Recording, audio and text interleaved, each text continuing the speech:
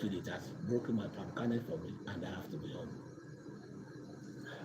You have almost answered some of the questions we wanted to ask, but nonetheless, you have told us how you found your inroad into the Nigerian politics. Yeah. But how will you describe the stormy water of the nation's politics?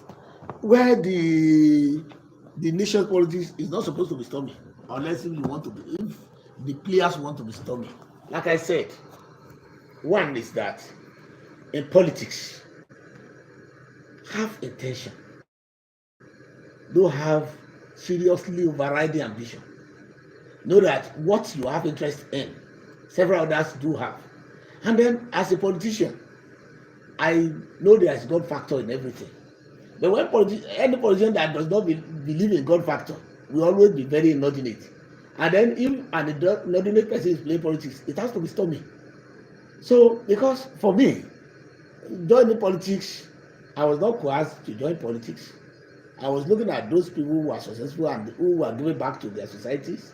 Like I said, I mentioned Dr. Borno, who always come home, speak our dialect. He was not discriminating them. He would just sit down and, in fact, use a lot of adjectives, Yoruba adjectives, to qualify political situation. Then I was so fascinated. So when you now find politicians who go into politics and wants to be in the offices because they want to go and contribute, because they want to do well for the people, definitely they will not be inordinate, and then politics will not be stormy. Yes, contemporary politics now, you can say, is bedeviled with a lot of characters, unlike any other profession, any other business, any other human endeavor. Because if human beings are playing politics, then it is the good, the bad, the ugly that will be playing the politics. And then we have more of the bad and more of the ugly than the good. But even if we have 2 or 3, 5 the good, it is going to obliterate 100 bad and ugly. So that is the way it is. And yes, today, why politics look like that today is that it is only through politics that you can, that our society can get anything, because we are not in government, there's no government, and then if there's going to be government, especially in democracy, there must be parties. If there will be parties, there will be politics.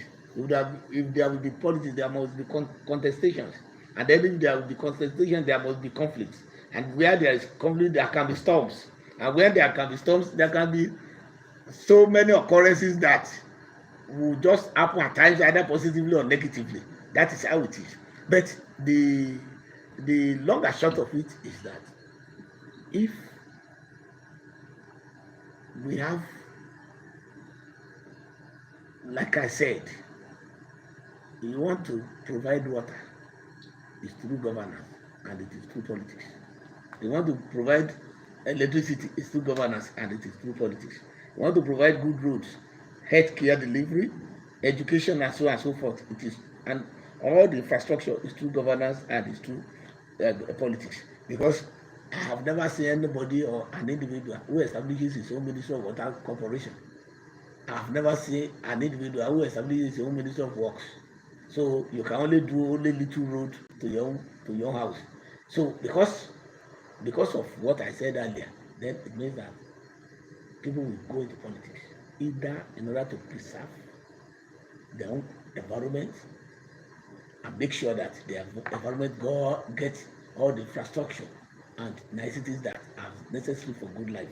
So because of that, and wherever there is concentration, like I said, at times it might be stormy. But today we have various kinds of characters in politics.